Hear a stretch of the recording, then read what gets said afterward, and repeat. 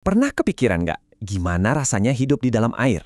Buat seekor ikan, itu bukan cuma soal berenang-berenang santai. Ternyata, setiap detiknya adalah sebuah pertarungan. Pertarungan tak kasat mata untuk menjaga keseimbangan di dalam tubuh mereka sendiri.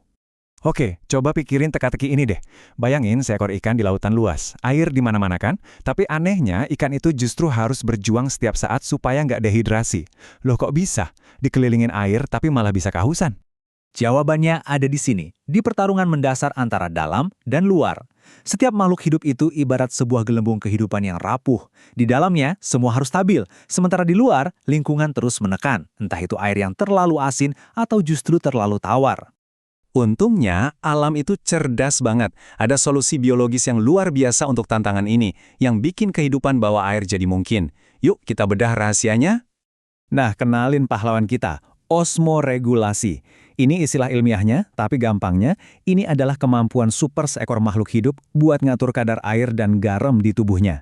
Anggap aja kayak punya sistem AC dan filter air super canggih yang terpasang di dalam badan. Dan disinilah kehebatannya.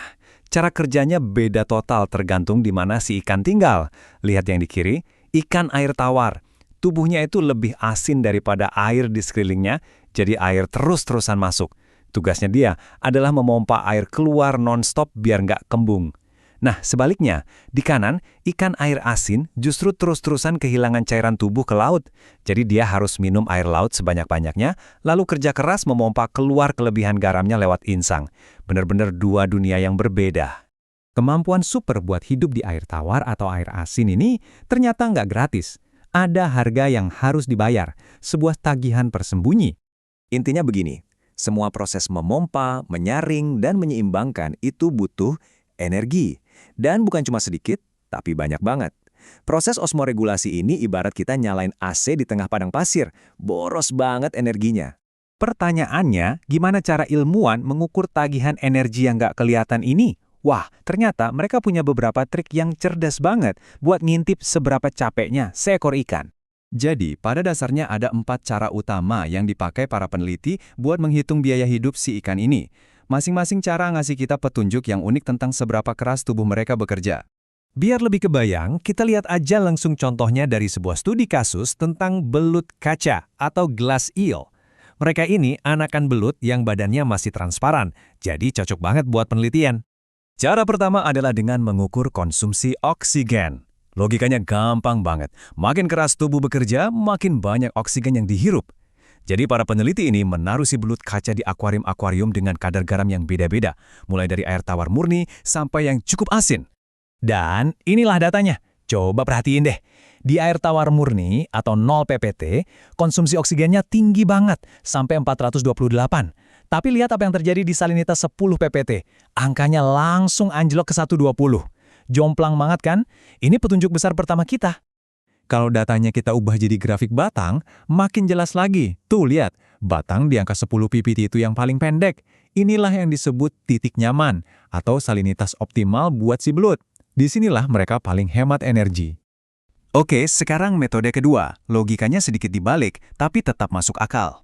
Gini, kalau ikan kita puasakan, dia pasti akan kehilangan berat badan. Karena harus membakar cadangan energinya.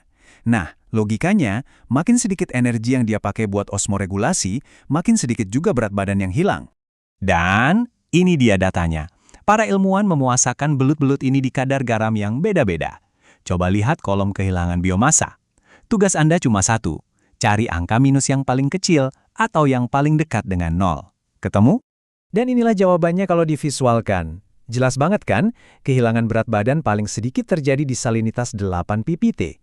Hasil ini mirip banget sama metode oksigen tadi, dan ini jadi konfirmasi kuat bahwa memang ada satu titik di mana si belut bisa paling santai dan hemat energi. Dua metode terakhir ini sedikit lebih teknis, tapi intinya gampang kok. Yang satu itu mengukur seberapa besar tekanan dari air di luar yang berusaha masuk ke dalam tubuh ikan. Satunya lagi, lebih canggih, mengukur seberapa sibuk mesin pompa garam super kecil yang ada di dalam sel-sel ikan. Keduanya pada dasarnya ngasih kesimpulan yang sama. Oke, ini semua memang sains yang keren. Tapi terus kenapa? Kenapa kita harus peduli sama tagihan energi seekor belut? Nah, ternyata temuan ini punya dampak yang gede banget di dunia nyata. Penelitian soal belut ini ternyata jadi kunci buat membuka masalah yang lebih besar. Gimana stresor lain, contohnya polusi, mempengaruhi ikan. Jadi ini bukan lagi cuma soal garam, tapi soal gimana semua beban ini menumpuk dan bikin hidup ikan jadi makin berat. Coba lihat grafik ini. Batang yang bergaris itu kondisi normal. Nah, yang abu-abu polos itu kondisi saat ikan terpapar merkuri. Lihat betapa jauh lebih kerasnya pompa seluler ikan harus bekerja gara-gara polusi. Tagihan energinya langsung meroket, padahal itu baru satu jenis polutan. Jadi, ini dia poin pentingnya. Dengan kita memahami konsep harga air ini, kita bisa mengambil keputusan yang lebih cerdas. Buat para peternak ikan, ini artinya mereka bisa menciptakan lingkungan hidup yang paling efisien, yang bikin ikan nggak stres dan tumbuh lebih baik.